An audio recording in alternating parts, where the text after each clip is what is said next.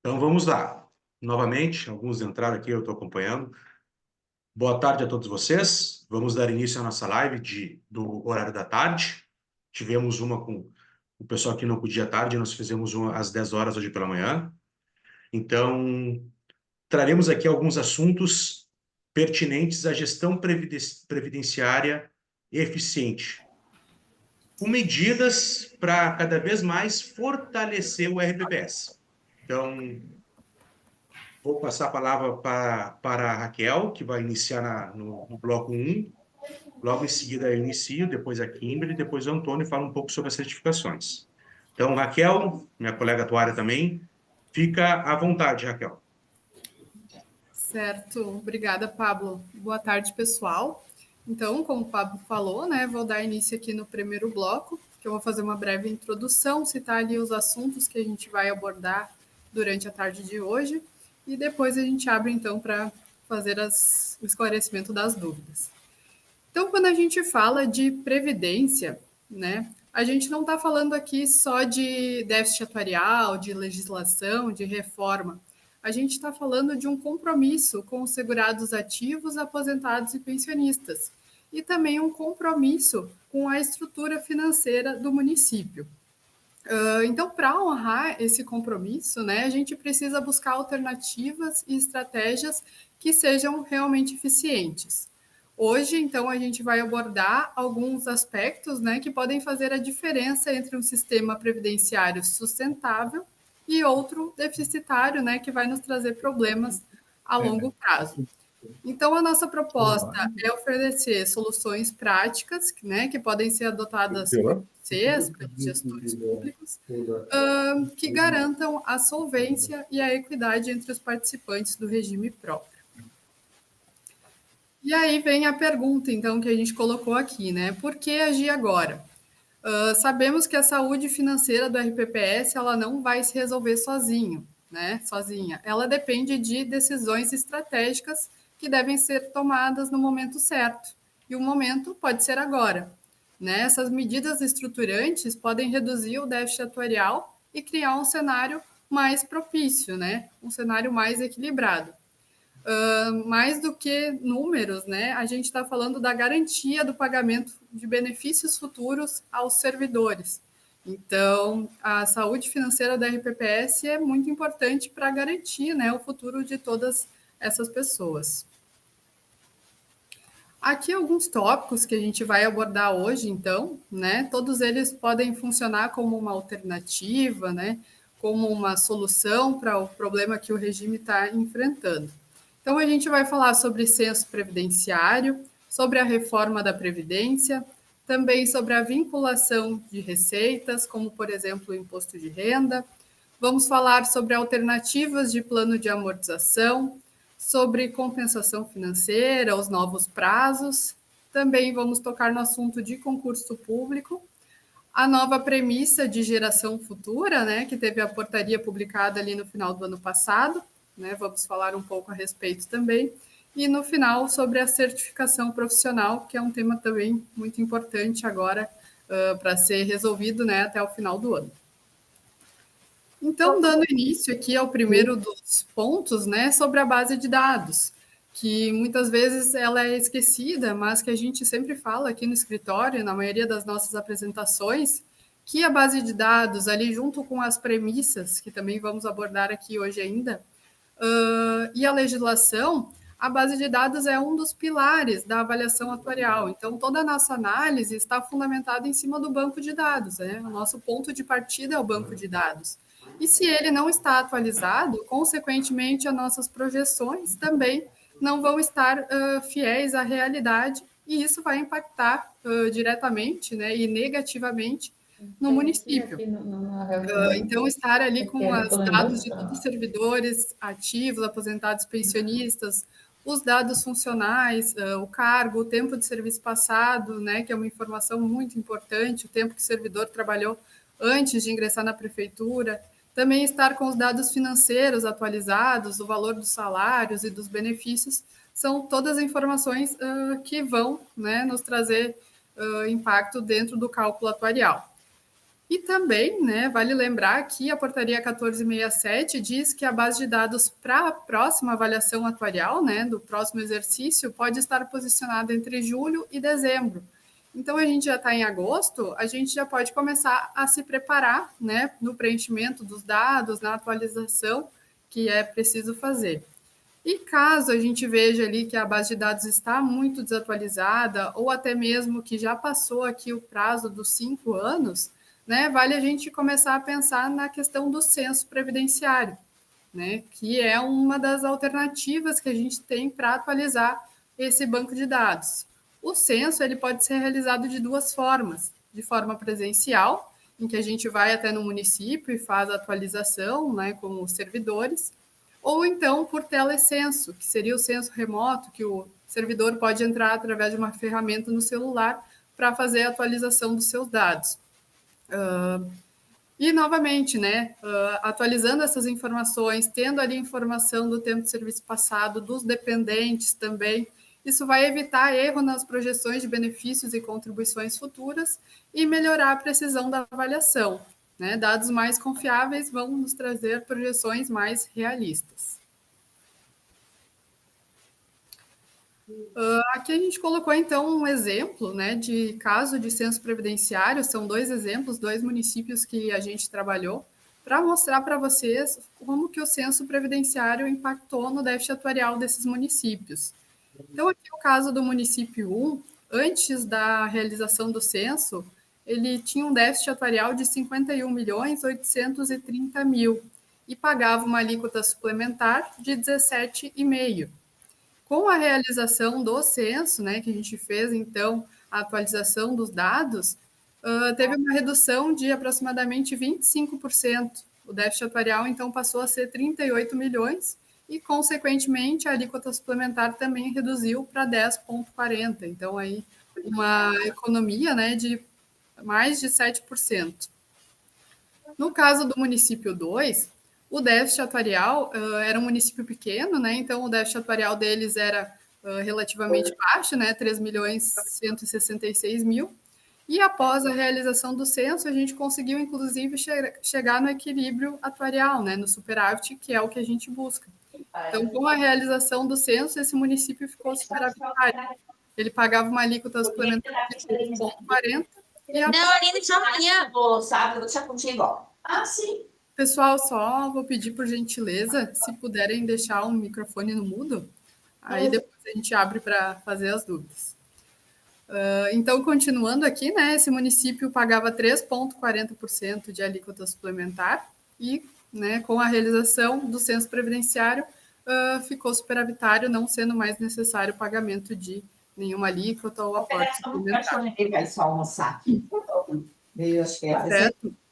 Então, após o censo previdenciário, a gente traz aqui a questão da reforma, que também é um assunto muito importante que está sempre sendo discutido, né? É um assunto que está sempre em pauta. Inclusive, no final do ano passado, teve a questão da PEC 66, que foi discutida, né, no Congresso. No fim, foi retirado os dispositivos que traziam a emenda também para os estados e municípios, né? A PEC voltou a ter o seu foco original, que foi a questão dos precatórios, mas a gente sabe que uma hora isso vai voltar, né? A questão da reforma da Previdência está sempre em pauta. E a gente tem que aproveitar essa autonomia que a emenda 103 nos deu, né? Deu aos regimes próprios a autonomia de fazer a sua própria reforma para estudar possíveis cenários. Então, o cenário ideal de reforma, ele não vai ser o mesmo para todos os RPPS. Cada município, cada RPPS tem as suas questões, né? A sua base de dados, o seu grupo de servidores, a sua massa assegurada é diferente, então cada município vai ter um cenário ideal. Então, a gente precisa fazer um estudo para cada um deles e estudar, por exemplo, as idades mínimas necessárias, se a gente faz uma reforma para os atuais, já com regra de transição, ou se a gente faz uma reforma, se é necessária uma reforma somente para os futuros servidores. Também o cálculo dos benefícios, a gente avalia se já altera para os atuais ou somente para os futuros. No caso da revisão das pensões por morte, né, já é exigido essa alteração desde a emenda 103, então tem que fazer essa alteração da regra de pensão, né, que não é mais 100%. Para as novas pensões agora é de 50% mais 10% por dependente. Então, tudo isso a gente tem que avaliar, né, em diversos estudos que a gente pode realizar para ver o que mais fica ideal para aquele município. Além disso, os municípios que realizam a reforma da Previdência, sendo ela para os atuais ou somente para os futuros, eles têm a prerrogativa de poder aumentar o prazo para a amortização do passivo. Então, hoje, a maioria dos municípios podem amortizar ali até o ano de 2054, 2055. Se fizer a reforma, ganha esse prazo aí de mais 10, 11 anos, né, podendo amortizar até 2065. Então, as alíquotas ou aportes também ficam mais diluídos, né, tem mais tempo para o pagamento. Então, isso é um dos benefícios também para quem for fazer a reforma. E, por último, aqui eu vou comentar com vocês sobre o relatório de hipóteses, né, que também é um relatório muito importante que a gente conversou, agora fez, né, bastante com os municípios de médio porte, que precisavam entregar, então, esse relatório até 31 de julho, agora, mês passado. Mas os municípios de pequeno porte também podem realizar esse relatório, né? Por enquanto não tem nenhuma data prevista para entrega, mas o artigo 54 da portaria 1467 traz que deve ser realizado no mínimo a cada 4 anos. E o que esse relatório traz? Por que ele é importante? Nele, a gente vai avaliar se as hipóteses e premissas que a gente utiliza na avaliação atuarial estão aderentes ao grupo segurado. Então, por exemplo, assim, a gente vai analisar o histórico de mortalidade ou o histórico de entrada em validez do município e verificar se as tábuas que a gente utiliza estão prevendo ali um número próximo, né, ou aderente àquele grupo. Também a questão dos crescimentos salariais, que são utilizados na avaliação atuarial, né? A gente utiliza ali o crescimento salarial dos servidores ativos e dos servidores aposentados. Então, a gente avalia a legislação do município, a legislação do regime jurídico, os planos de carreira e vê se tudo isso está adequado àquele percentual que é utilizado dentro do nosso cálculo, certo? Também podemos avaliar a questão da taxa de juros, se ela está adequada, de acordo com a duração do passivo, né? Tudo isso a gente avalia dentro desse relatório de hipóteses, que também pode ser uma alternativa para tornar a nossa avaliação atuarial cada vez mais fiel e consistente. Então, vou dar início aqui ao segundo bloco, que a gente vai falar sobre a parte de vinculação de receitas, que traz duas questões bem importantes, atualizadas, né? A gente já vem falando faz um tempo, assim, desde a portaria 1467 de 2022, sobre a questão de vincular o imposto de renda para abater o déficit atuarial. Já fizemos esse serviço, essa parte atuarial em alguns municípios, em alguns regimes próprios, sendo fundos ou institutos, autarquia municipal, né? E também eu vou conversar um pouco com vocês a respeito da alíquota diferenciada da parte patronal do Fundeb, né, entre carreiras, né? Magistério, uma alíquota patronal diferente de outros cargos. Isso pode ter um ganho tanto para a RPPS como para o município também. Então, esses dois temas eu vou apresentar para vocês na parte de vinculações de receita, receitas novas ao RPPS, e no final eu vou abordar sobre a questão de aporte, alíquota ou plano misto.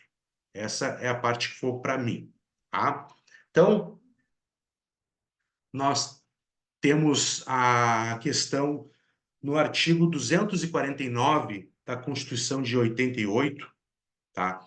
Traz aspectos sobre bens, direitos e demais ativos para vincular ao RPPS, como também o artigo 6º da Lei 9717 de 98, que é a lei mãe do RPPS, como também no artigo 63 da Portaria 1467, que é mais recente, que disciplina ali, eu vou apresentar aqui para vocês, alguns aspectos a observar quando for fazer essa vinculação de receita ao RPPS.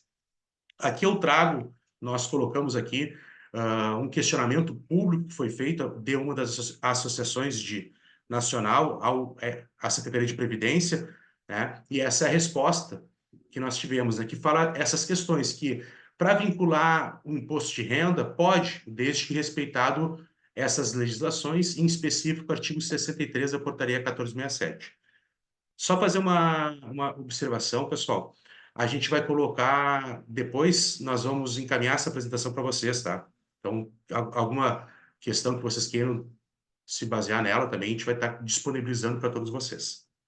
Então, do imposto de renda, que é uma das receitas que a gente pode estar vinculando ao RPPS, nós temos uma regra a seguir. 25% da arrecadação do imposto de renda é destinada à educação, 15% para a saúde, e nós temos 60% de recursos livres que podem ser utilizados para equacionar o déficit atuarial. Então, a gente faz uma projeção durante 15 anos, 25, 30, 40, aí a gente respeita alguns prazos estabelecidos no cálculo atuarial, fazemos uma projeção futura de quanto se arrecada por servidor, por imposto de renda, e trazemos a valor presente. Quando a gente traz esse valor presente, ele entra como um ativo garantidor futuro do RPPS, porque ele é vinculado através de uma lei, e aí nós temos o abatimento no déficit atuarial. Consequentemente, o plano de equacionamento do déficit atuarial, ele é restabelecido, um novo plano de custeio, e também o repasse mensal do imposto de renda. Tá? Então, essa é mais ou menos a metodologia do imposto de renda. Como eu disse para vocês, nós temos as 3 legislações que eu citei, em específico a mais recente, a Portaria 1467, no seu artigo 63, ela fala que poderão ser aportados ao RPPS bens, direitos e demais ativos de qualquer natureza para o equacionamento do déficit atuarial, desde que a gente respeite esse trâmite aqui, que eu vou citar para vocês, esses incisos, né? Que é importante a gente fazer esse estudo técnico, financeiro e atuarial, né? Para demonstrar a viabilidade da vinculação desses bens, direitos e demais ativos. Observar, e muito importante, compatibilidade com prazos e taxas, em específico a taxa de juros, quando a gente quando a gente traz a valor presente, né? A gente traz a mesma taxa de juros. Aprovação no Conselho Deliberativo do RPPS.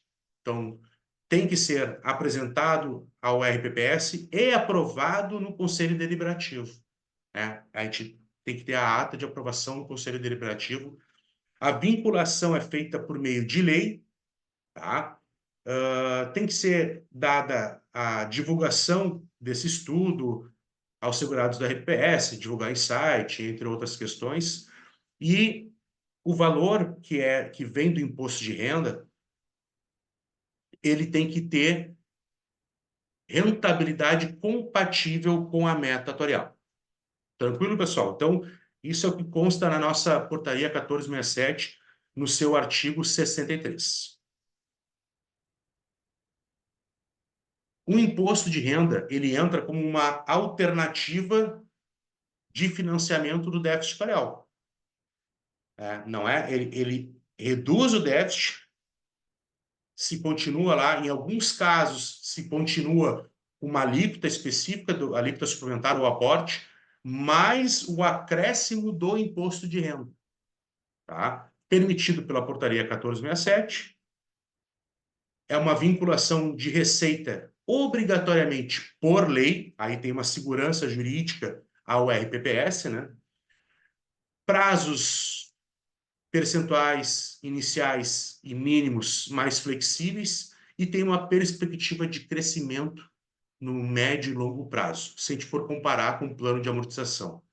Entraria mais recurso no longo prazo para o regime próprio do que simplesmente continuar com um plano de alíquota suplementar ou aporte financeiro.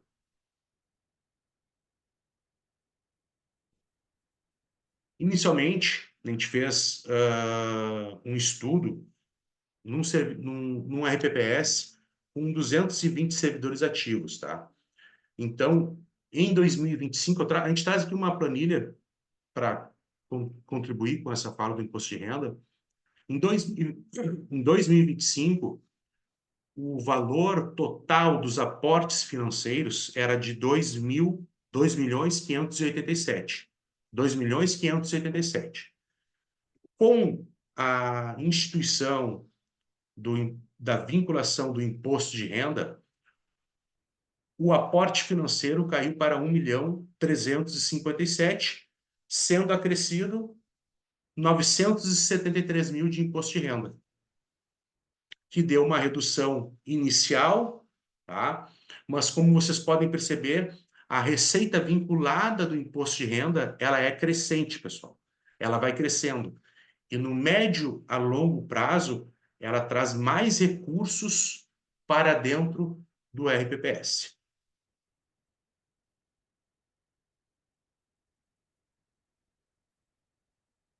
Uma outra questão que é bem pertinente de falar, que já comentamos com vocês em alguns momentos, possivelmente, é termos constituído, principalmente a gente fala no custo normal, patronal, esquecendo ali que o custo dos servidores, né, é de 14% indiferente do cargo, mas o custo patronal normal, principalmente, a gente pode criar alíquotas diferenciadas. Para o magistério, uma alíquota, e para os outros cargos pode permanecer a mesma alíquota normal ou pode ser uma outra alíquota.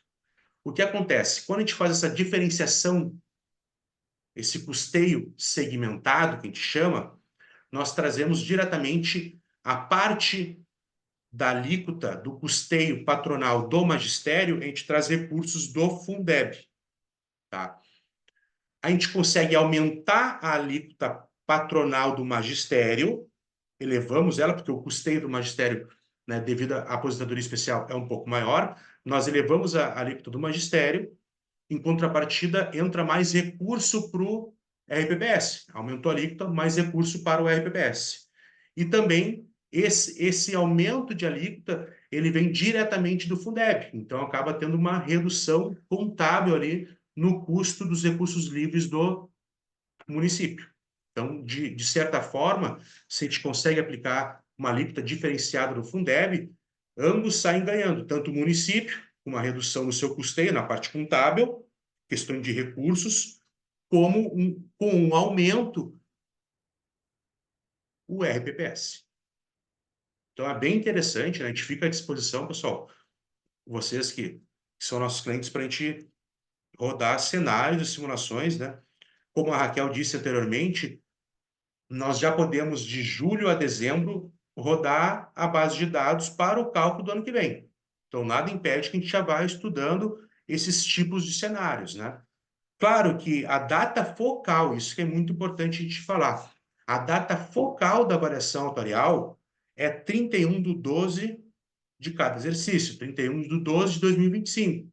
Mas a data da base de dados, ela pode ser de julho a dezembro. Tá? O que seria a data focal? É quando a gente roda nossas simulações. É quando a gente tem lá o valor dos ativos, conforme o DAIR, se tem ou não parcelamento, tem que ser tudo posicionado na mesma data. Legislação na mesma data, 31/12. Mas a data da base de dados pode ser agora. Então, o Fundeb ele pode servir de uma forma para também estar trazendo mais receita para o RPPS, e equacionando o déficit atuarial existente. Então, a gente sempre indica estudar essa possibilidade, né? Aqueles municípios que têm em sua base de dados mais de 30% de servidores do magistério, lembrando que 90% do magistério é composto pelo sexo feminino, tem as diferenciações de idade de aposentadoria, né? E tem um benefício tanto para o RPPS, porque a gente traz mais receita para o RPPS, como também o município acaba tendo uma vantagem em questões de recursos, né, na parte contábil.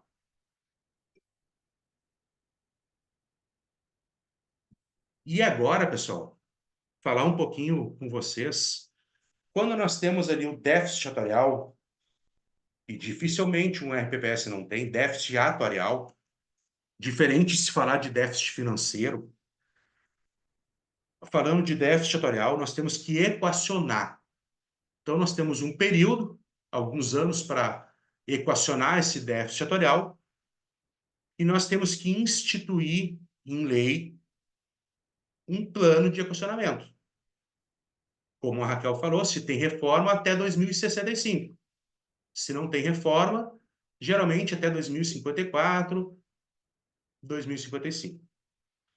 Nós podemos instituir alíquota suplementar ou aporte financeiro, ou os dois, que seria um plano misto, muito importante, que combina alíquota suplementar com aporte financeiro. Quais são a questão da alíquota suplementar? Se nós temos lá uma alíquota no município equivalente, um exemplo, a 20% de alíquota suplementar que o ente que paga para equacionar o déficit atuarial. Esses 20% em alíquota suplementar, eles entram na despesa, no índice de despesa com o pessoal. Então, a gente tem que ter um cuidado, né? Qual o percentual do índice hoje? Suporta os 20% ou não? O que a gente pode fazer? Já que muitos municípios têm um índice de despesa com o pessoal elevado, nós podemos trabalhar com aporte financeiro. Só que aí que está uma questão muito importante. O aporte financeiro, ele não contabiliza no índice de despesa com o pessoal. Porém, ele não é uma receita elegível, ou seja, tudo que o RPPS arrecada tem que ser suficiente para pagar aposentadorias e pensões sem contabilizar os aportes, né? Então, o Tribunal de Contas do nosso estado, aqui do Rio Grande do Sul, entre outros tribunais de contas, tem batido bem nessa tecla. Então, o que a gente recomenda ser feito no município? Hoje, se tem uma despesa com o pessoal elevada, se o aporte não é suficiente, se não tem receitas elegíveis suficientes para pagamento de folha, o que a gente recomenda estudar? O plano misto.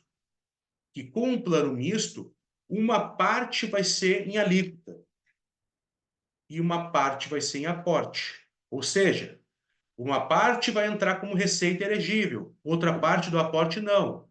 A parte que entra como receita elegível, alíquota, contabiliza no índice de pessoal.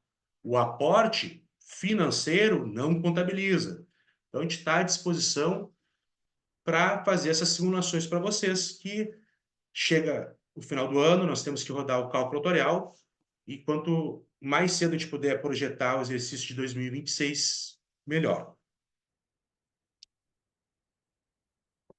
E mais uma característica dos aportes, muito bom de falar, que eles têm que ser controlados separadamente e permanecer 5 anos sem serem utilizados. Então, tem essas duas regrinhas que a gente tem que se atentar do aporte, tá? Então, por isso que a gente tem que ter esse cuidado se a gente vai ter 100% alíquota, 100% aporte ou um plano misto.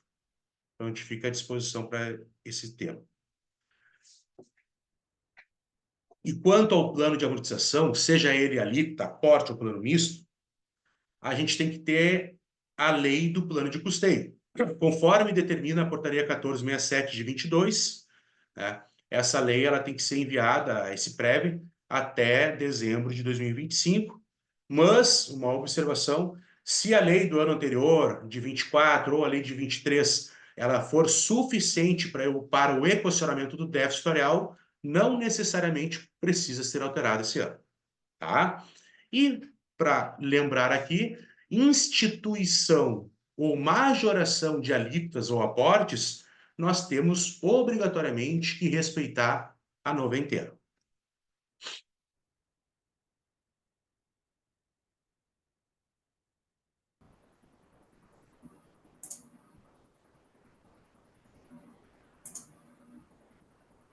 Kimberly, está com a palavra.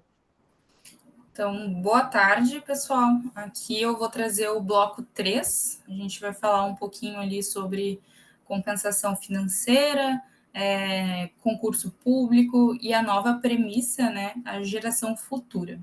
Então, iniciando aqui sobre a compensação financeira. O que é a compensação ali? É basicamente um acerto de contas entre regimes, seja entre regime geral e regime próprio, ou até entre regimes próprios diferentes, né? O objetivo da compensação é garantir que cada regime arque com um pagamento proporcional ao tempo que o servidor contribuiu nesses regimes, né? Então, se um servidor se aposenta no regime próprio, mas parte do tempo de contribuição dele foi lá no INSS. Então, o regime próprio, ele paga o benefício, mas solicita lá para o regime geral o reembolso referente àquele período que ele contribuiu lá no INSS, né? E esse acerto ali de contas é feito ali, essa gestão desses pedidos é feito através do sistema do Comprev, né? E um ponto bem importante é que quanto antes os pedidos forem solicitados é melhor, porque evita ali a prescrição desses valores. E essa receita é uma receita que pertence ali ao regime próprio. Então, quando entra essa receita, aumenta ali os ativos e, consequentemente, ali reduz o déficit fatorial. Mas também a gente tem um caminho inverso, né? Que acontece quando o servidor se aposenta em outro regime, mas já contribuiu para o regime próprio e vocês precisam fazer essa devolução. Essa devolução, ela também é realizada dentro do sistema do Comprev. Mas eu trago aqui agora um alerta ali da portaria 15.829 de 2020, que é referente ao prazo para análise desses requerimentos. Então, aqui em 2025, o prazo máximo ali para análise dos requerimentos é de 180 dias. Então, recebeu ali uma compensação ali a pagar, tem 180 dias ali para ser analisada. A partir do ano que vem, de 2026, já vai cair para 90 dias. Então, 3 meses ali para ser realizada ou análise desse requerimento ali que vocês solicitaram para outro regime, ou também, né, fazer a autorização ali da compensação para devolver ali aquele valor de outro regime. E se não cumprir com esses prazos ali definidos pela portaria 15.829, vai haver ali cobrança de juros, multas. Então é muito importante e ter a necessidade ali de ter uma rotina dentro da gestão do regime próprio, fazer a análise e solicitações desses requerimentos ali de forma periódica, né? Principalmente ano que vem ali, que já tem um prazo bem menor para ser analisado ali esses requerimentos. E uma novidade também que eu trago para vocês é que essa automação dos processos, o que acontece? O regime geral, ele está implementando, já está em andamento, uma automação da análise de processos. Então, as compensações que forem solicitadas ao INSS estão quase que sendo analisadas de forma imediata. O sistema ali já está retornando ali se falta alguma informação de imediato ali. Então, e o objetivo é que essa automação também chegue nos regimes próprios, né? Permitindo que essas compensações sejam processadas ali com mais agilidade. Então, uma novidade aqui que eu trago para vocês. O outro ponto aqui que eu vou trazer para vocês em relação ao concurso público. Mas antes de abrir ali sobre a conversa sobre o concurso público, é muito importante a gente implementar primeiro uma reforma da Previdência. Então, caso o município ainda não tenha implementado nenhum tipo de reforma, seja ela conforme a 103 ou uma reforma municipal, aderir ali pelo menos uma reforma para os novos servidores, né? Que a gente chama uma reforma para os servidores futuros. Isso vai garantir um sistema ali mais equilibrado, mais sustentável, evitando que esses servidores futuros ingressem em um modelo que já está deficitário, né? Então, é muito importante a reforma antes do concurso, para que a gente tenha um impacto positivo e maior, né? Em relação a isso. Dentro também do concurso público, um pouco antes de abordar, sobre a contratação de temporários ou terceirizados. Então, o que acontece? Quando contratam temporários ou terceirizados, acontece que o regime próprio ele vai deixar de receber essas contribuições. Isso acaba que enfraquece ali a sustentabilidade financeira por deixar de arrecadar essas receitas, né? Então, a importância ali da realização do concurso, porque ela tem um efeito contrário ali da contratação temporária. Então, acontece que com esses novos ingressos ali por concurso, aumenta a base de contribuintes, né? Consequentemente, vai ampliar as receitas de contribuições, e isso gera uma capitalização nos recursos, aí sim garantindo ali a saúde financeira no sistema a um longo prazo, né? Então, por isso ali essa importância do concurso. E agora sobre um novo tema, né? A geração futura. Ela foi ali definida ali pela portaria, a nova portaria do Ministério de Previdência, a 3811, ela é de 4 de dezembro de 2024, então foi publicada no finalzinho do ano passado. Ela retifica ali a portaria 1467, de forma que essa nova portaria ela vai criar parâmetros para utilizar uma premissa de reposição da massa de segurados nas avaliações atuariais.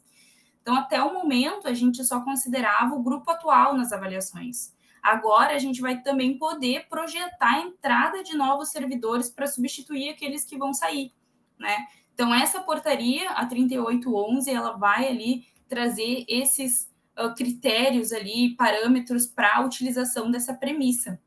E ela inicia ali, alterando, então, o artigo 28, ela traz que nas avaliações atuariais deve haver, então, de forma clara, a separação da massa atual e da massa de novos entrantes, né? Então, caso for utilizada essa premissa, tem que estar claro na avaliação a diferenciação ali, quem são os novos entrantes e quem é a massa atual. Além disso, a portaria ela também traz um outro ponto, que é referente ali se esse novo servidor entrar com uma remuneração acima do teto do RGPS, o município ele precisa comunicar e comprovar que esse convênio de adesão lá do regime de previdência complementar ele está de fato funcionando. Se ele não tiver, então já não seria possível utilizar ali essa premissa, né? Então é um outro ponto que a portaria exige ali para utilizar essa premissa. Além disso, o objetivo da portaria, né, é também trazer uma segurança ali nas avaliações. Então, ela vai exigir ali que essa premissa de reposição ela seja baseada no histórico real de cada regime próprio. Não vamos poder realizar ali de forma aleatória, de forma indiscriminada, né?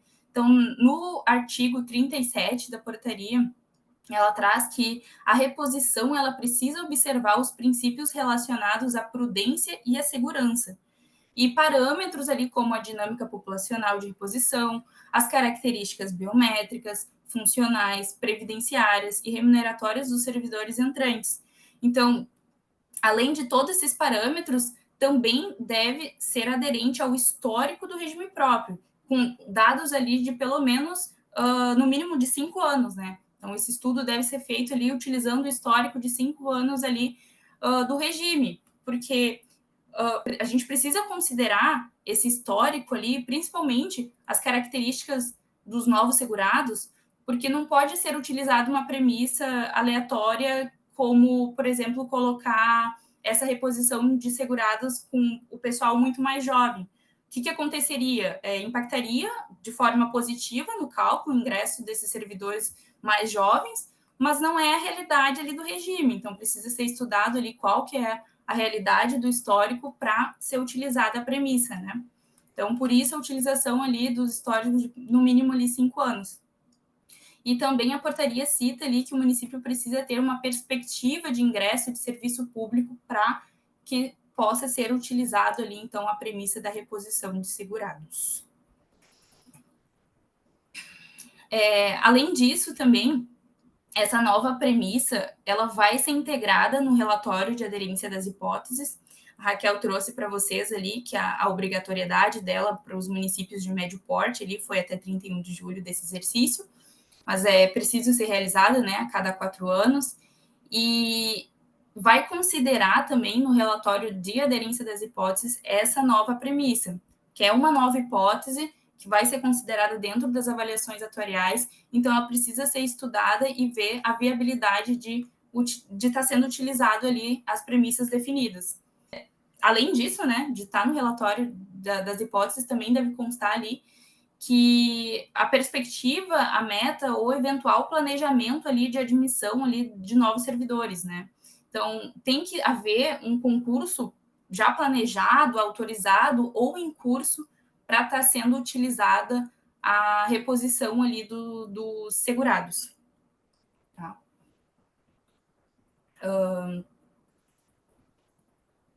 Em relação aqui a esse artigo 55, que está dentro lá da portaria também, é o último artigo que a portaria ela retifica, ela traz ali um escalonamento de o nível de certificação de progestão para o nível da aplicação dessa premissa.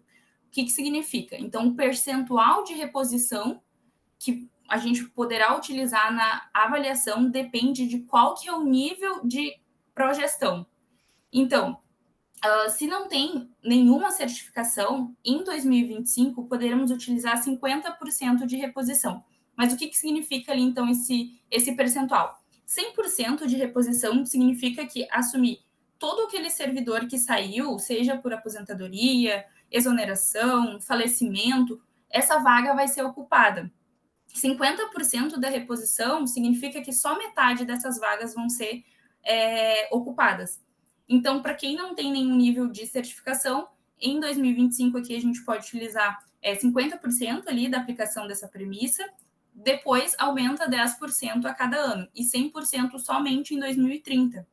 Para quem tem o nível 1 e 2 de progestão, então já inicia com 60%, em 2029 já poderá utilizar 100% ali, então, dessa reposição.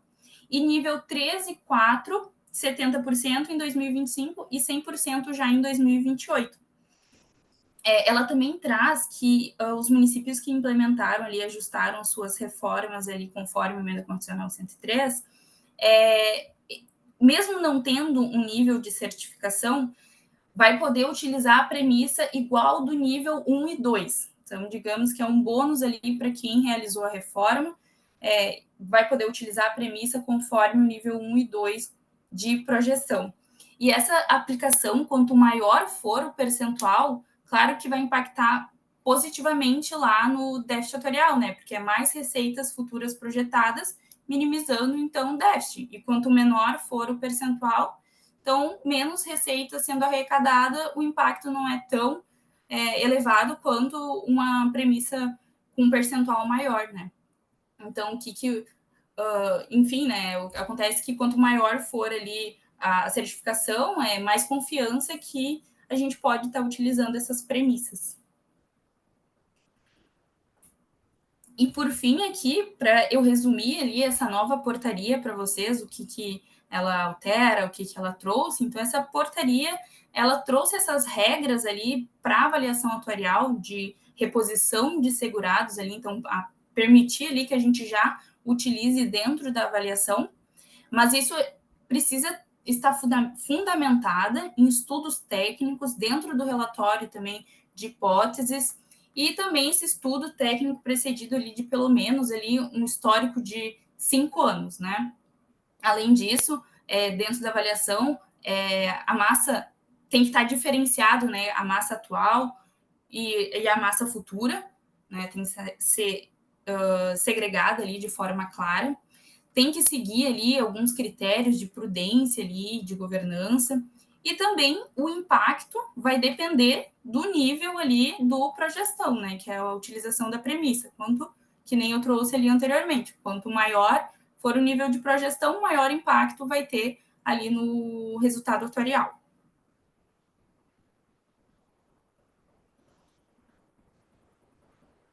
Eu vou passar a palavra, então, para o Antônio, que vai dar continuidade aqui sobre a certificação profissional. Boa tarde a todos. Eu sou Antônio, sou colaborador aqui da BR-Prev. Alguns dos colegas aí eu conheço pessoalmente, outros por telefone, e outros estou tendo a oportunidade agora de conhecê-los, né? E é uma rica oportunidade dessa troca de experiências. A gente aprende principalmente com vocês que têm toda essa expertise na gestão previdenciária. coube a mim, então, falar sobre, né, a certificação profissional, mas como um dos 4 requisitos necessários, impostos pelo Ministério da Previdência para ser atendido, né, já a partir de julho de 2024, 31 de julho de 2024, como está ali na tela, né, para que não haja prejuízo, né, no status do certificado de regularidade previdenciária. Ou seja, a partir de agora, né, se havia uma flexibilidade na auditoria, na fiscalização por parte da Secretaria de Previdência, a partir de agora, não. Então, nós temos que ter o cuidado agora no atendimento desses 4 requisitos. Nós vamos dar ênfase à certificação profissional. Mas vejamos, o que nós temos que pensar? Nós, servidores, né, que atuamos no RBPS, dirigente da unidade gestora do RBPS ou representante legal indicado, né, junto à Secretaria de Previdência, membros titulares dos 2 colegiados, Conselho Administrativo, Conselho Fiscal, membros titulares do Comitê de Investimentos e o responsável pela gestão das aplicações dos recursos do RPPS, eles terão, não é eles poderão, eles terão a obrigatoriedade, né, deverão, né, atender aos 4 requisitos. Esses 4 requisitos eles estão contemplados naquela lei maior do RPPS, 9717, lá de 98, que ela traz lá no seu artigo 8º, ela diz lá o que nós devemos atender. E elas estão disciplinadas também na nossa portaria 1467. Na lâmina seguinte, nós vamos ter o artigo 8º, perdão. Antes dela, nós temos que só que reiterar, né, a importância. E de onde é que vem também essa obrigatoriedade? A lei, né, além dessa disciplina estar na portaria 1467, além de nós obedecermos os critérios, né, do artigo 8º, nós temos o manual de certificação profissional que a cada ano ele é atualizado pela Secretaria de Previdência. E hoje nós estamos na versão 1.5, tá? Já a contar de 2 de janeiro de 2025. Possivelmente agora, no final do ano, no início de 2026, também haverá uma nova publicação, uma nova atualização desse manual. E é importante que nós tenhamos o presente objetivo, né, dessa certificação, que é a qualificação da gestão previdenciária. Busca o aperfeiçoamento, né, na escolha, através da escolha dos profissionais, dos nossos servidores que vão atuar nestas áreas. Isso que é importante, nós temos sempre presente, né? Agora sim, no slide seguinte, nós vamos ver o que o artigo 8º-B nos impõe. O que está dizendo ali? Olha, os dirigentes da unidade gestora do RBPS deverão atender aos seguintes requisitos: não ter sofrido condenação criminal, né, ou incidido em alguma contravenção prevista na lei de inelegibilidade, né? E como é que nós vamos, né, comprovar? Através da emissão das certidões estadual e federal correspondente de uma autodeclaração, né, quanto à questão da lei de inelegibilidade, que não estou contrapondo nenhuma das infrações ali previstas. E aí nós vamos trabalhar nesse segundo inciso: possuir certificação e habilitação comprovadas. O terceiro, possuir comprovada experiências nas grandes áreas de atuação do RPPS. E o último, né, ter formação acadêmica de nível superior. Sendo que, se os colegas, alguns dos colegas presentes, né, exercem, né, a atividade de presidente do Fundo Previdenciário, né, representante legal como dirigente da unidade gestora, ou responsável pela aplicação e gestão dos recursos do RPPS, eles terão que atender aos 4 requisitos. Agora, para os membros dos conselhos deliberativo e fiscal, somente os 2 primeiros serão necessários. Mas vocês notem que o inciso 2, possuir certificação e habilitação comprovadas, é uma exigência, né, de todo o profissional. Vejamos agora, né, na sequência. Na sequência, nós vamos ver agora um resuminho, tá, para a gente tentar verificar onde é que nós nos enquadramos. Primeiro, lá no título, lá vocês percebem ali os profissionais, depois nós temos um critério, e através deste critério é que nós vamos ver onde nós nos enquadramos, em qual nível de certificação. Avançado, mais complexo, intermediário ou básico. E lá na última coluna, ali até 31 de dezembro de 2025, nós vamos perceber o que essa exigência, né, pode ser contemplada através de uma regra facilitadora por parte da Secretaria de Previdência. Vejamos juntos, então. Primeiro, quero esclarecer como é que funcionam esses critérios. Primeiro critério para o dirigente da unidade gestora, presidente do Fundo de Previdência, né? Diretor do Instituto. O primeiro critério, o critério para ele é o porte do RPPS. Então, onde é que vem? Do Índice de Situação Previdenciária do RPPS, que é uma publicação que está no site lá do Ministério da Previdência. Nós vamos lá na abinha do RPPS e vamos acessar, né, esta planilha. Nesta planilha estarão os 2.100 aproximadamente RPPS de todo o país, e vai ter, numa parte ali da gestão, vai estar qual o porte é o nosso RPPS. E como é que é feito isso, né? É feito através o porte pelo número de segurados, é feito através também dos recursos, né, do RPPS, através da governança, é uma metodologia que é calculada pelo Ministério da Previdência, que não é o caso aqui. Então, nós vejamos juntos ali, né, no que tange ao dirigente da unidade gestora. Vejam bem, o RPPS de grande porte, o dirigente da unidade gestora para o RPPS de grande porte, normalmente de grande porte aqui vamos ver no estado. O que é de grande porte? Porto Alegre, Canoas, Caxias, Pelotas, São Leopoldo, né? Uma grande parte é médio porte e pequeno porte. Então vejamos juntos aqui. E o porte especial, todos os estados, ou seja, todos os institutos de previdências dos estados, né, da federação, são porte especial, junto com o Distrito Federal. Somente eles têm essa condição de porte especial. Então, vejamos juntos ali. Para o dirigente da unidade gestora, né, para o RPPS de grande porte, será necessário um nível avançado para o dirigente maior da unidade gestora ou representante legal, e o nível intermediário para a maioria dos dirigentes que compõem a direção executiva. A partir de 1º de janeiro de 2026, esta é a norma. Vamos passar ali para o lado ainda. Para a maioria para os dirigentes da unidade gestora dos RPPS de médio porte, conforme o índice de situação previdenciária, será necessário um nível intermediário para esse dirigente, que representa, né, a unidade gestora, e para a maioria dos demais dirigentes será necessário o nível básico. Perfeito? Vocês vejam ali. Agora, o que acontece nessa regra facilitadora até 31 de dezembro? Será necessário nível básico independente do porte do RPPS, se grande porte, se médio porte ou se pequeno porte.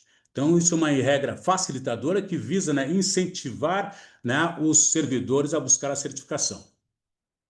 Vejamos agora como é que são os colegiados, Conselho Deliberativo, Conselho Fiscal. O critério é o mesmo, é conforme o índice de situação previdenciária. E vejamos ali, não temos no nível avançado, então vejamos. Para os RPPS de grande porte, será necessário para a maioria, veja bem, para os RPPS de médio porte, de grande porte, será necessário para a maioria dos membros titulares o nível intermediário. Maioria. Já para os RPPS de médio e pequeno portes, que são a grande massa, tá? Para os RPPS de médio e grande porte, será necessário o nível básico. Porém, a regra facilitadora, até 31 de dezembro agora de 2025, ela prevê o quê? que ao invés da maioria que será necessária a partir de janeiro de 2026, a gente conseguindo alcançar, né, a certificação no nível básico até dezembro de 2025, será necessária a comprovação de apenas 1/3 dos membros titulares. Isso é uma grande vantagem, é um grande incentivo. Então, eu tenho lá no meu conselho deliberativo 5 pessoas. Eu vou, então, ter que certificar 3. Então, ali 2 pessoas das 5 estando certificadas, já estarei atendendo a esse requisito. Tranquilo até agora?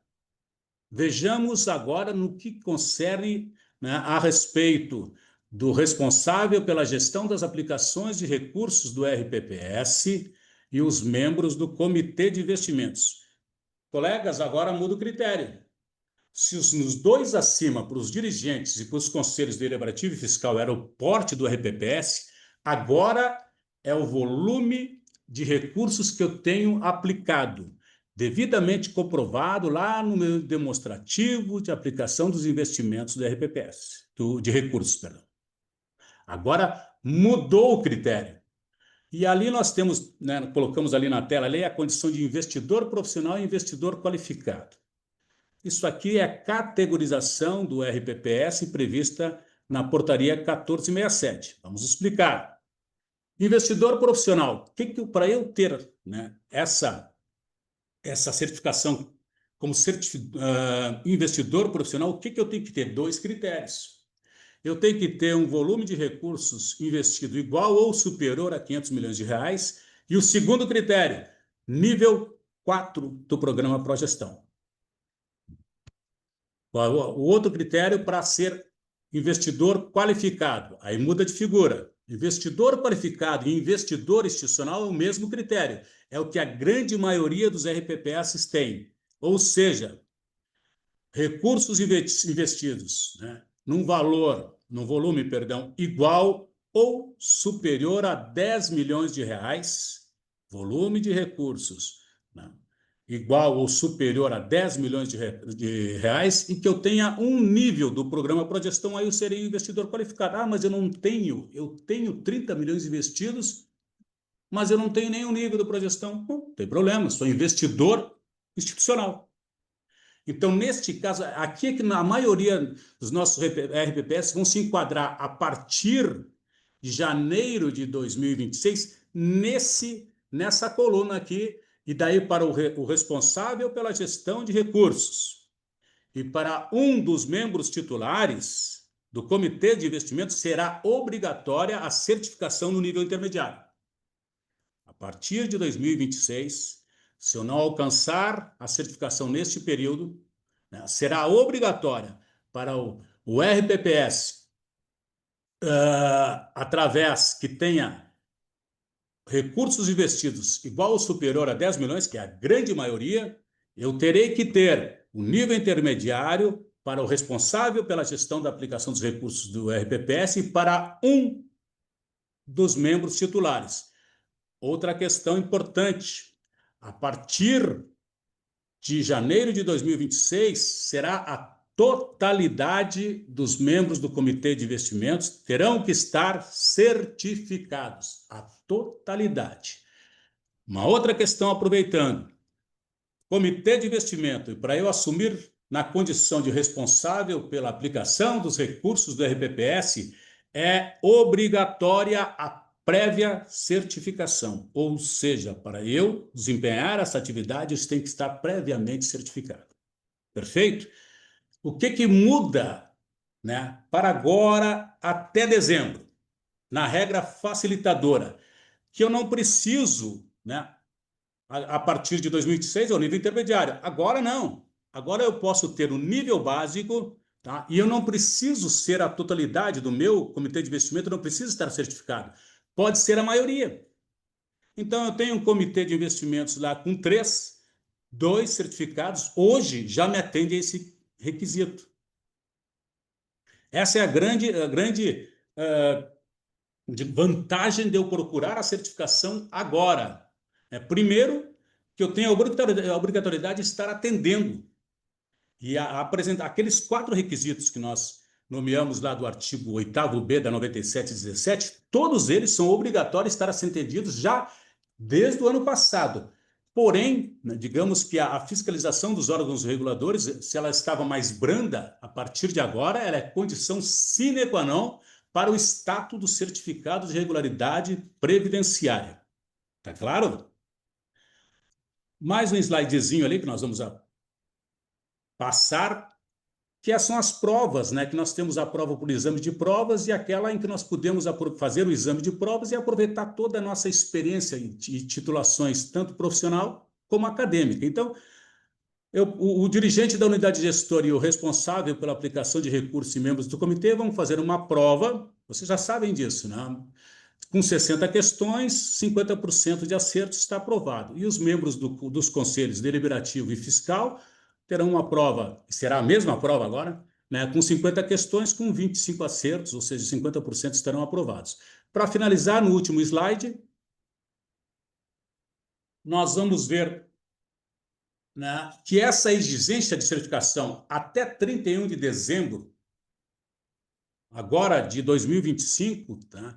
Nós, nos certificando no nível básico, nós estaremos atendendo, independente do volume de recursos, independente do porte do meu RPPS, durante 4 anos nós estaremos certificados, porque a validade da certificação é 4 anos.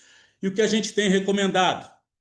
Como impacta diretamente, né, no status do meu certificado de regularidade previdenciária, é que a gente tenha todo o cuidado e incentive, né, aqueles RPPS que ainda não conseguiram inserir lá através do CadPrev, né, atestando o atingimento desses requisitos, que o façam, porque está sendo já fiscalizado pelo Ministério da Previdência.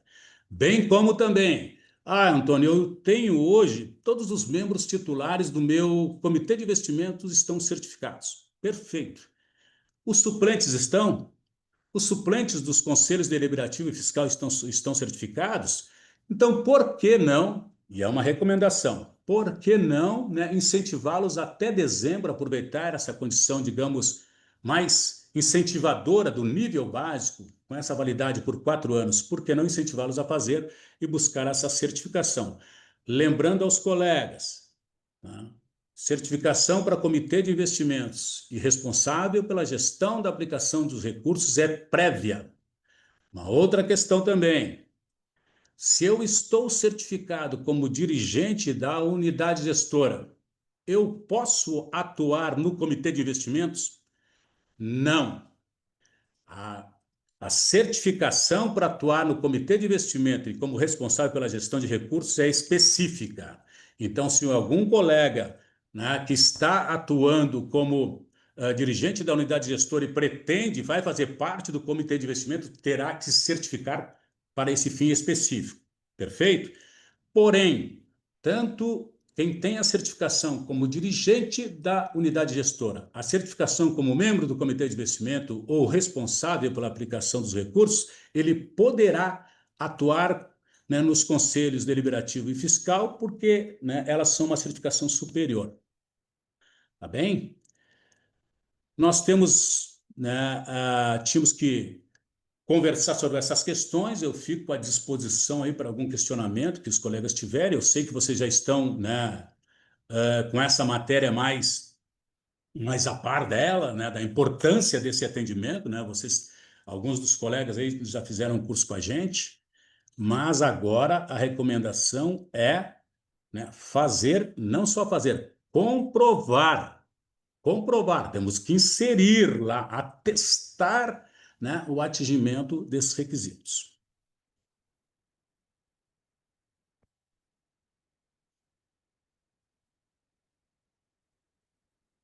Pessoal, se alguém tiver alguma dúvida desse bloco, desse quarto e último bloco, ou de outros, qualquer dúvida pertinente que a gente possa contribuir com vocês, se quiser colocar no chat, quiser abrir o microfone, mas eu só passar para dar um convite para vocês, depois a gente vai, junto com esse material aqui da nossa live de hoje, a gente vai encaminhar para vocês em PDF o material, E a gente vai mandar o convite também para aqueles que desejarem participar.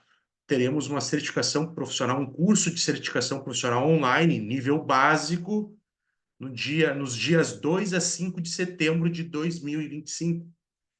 Tá? Então, se alguém tiver interesse, depois a gente vai mandar a todos, e quem tiver interesse pode ir conversando conosco aí.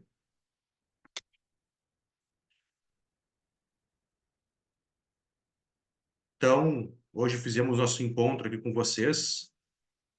Agradecemos a presença de vocês por nos prestigiarem. Estamos à disposição para qualquer dúvida. Vocês têm nossos contatos, meu, da Kimber, da Raquel, do Antônio. E nossa intenção, até conversando aqui internamente, quando nós estávamos preparando o material e dialogando sobre ele, é fazer mais seguido essas lives, né, com vocês, nossos clientes, e para debater esses assuntos, trazer alguns pontos de uma forma mais específica também. Então, qualquer dúvida, qualquer sugestão para a gente aprimorar e melhorar também, a gente fica aqui, tá? Muito obrigado por todos, pela confiança que vocês têm no nosso trabalho, pela confiança nossa em vocês também. E, de qualquer forma aí, acredito que tenha sido bem proveitoso. E estamos aqui com vocês. Muito obrigado. Se alguém quiser fazer alguma colocação, fica à vontade. Muito obrigado a todos. Uma boa semana.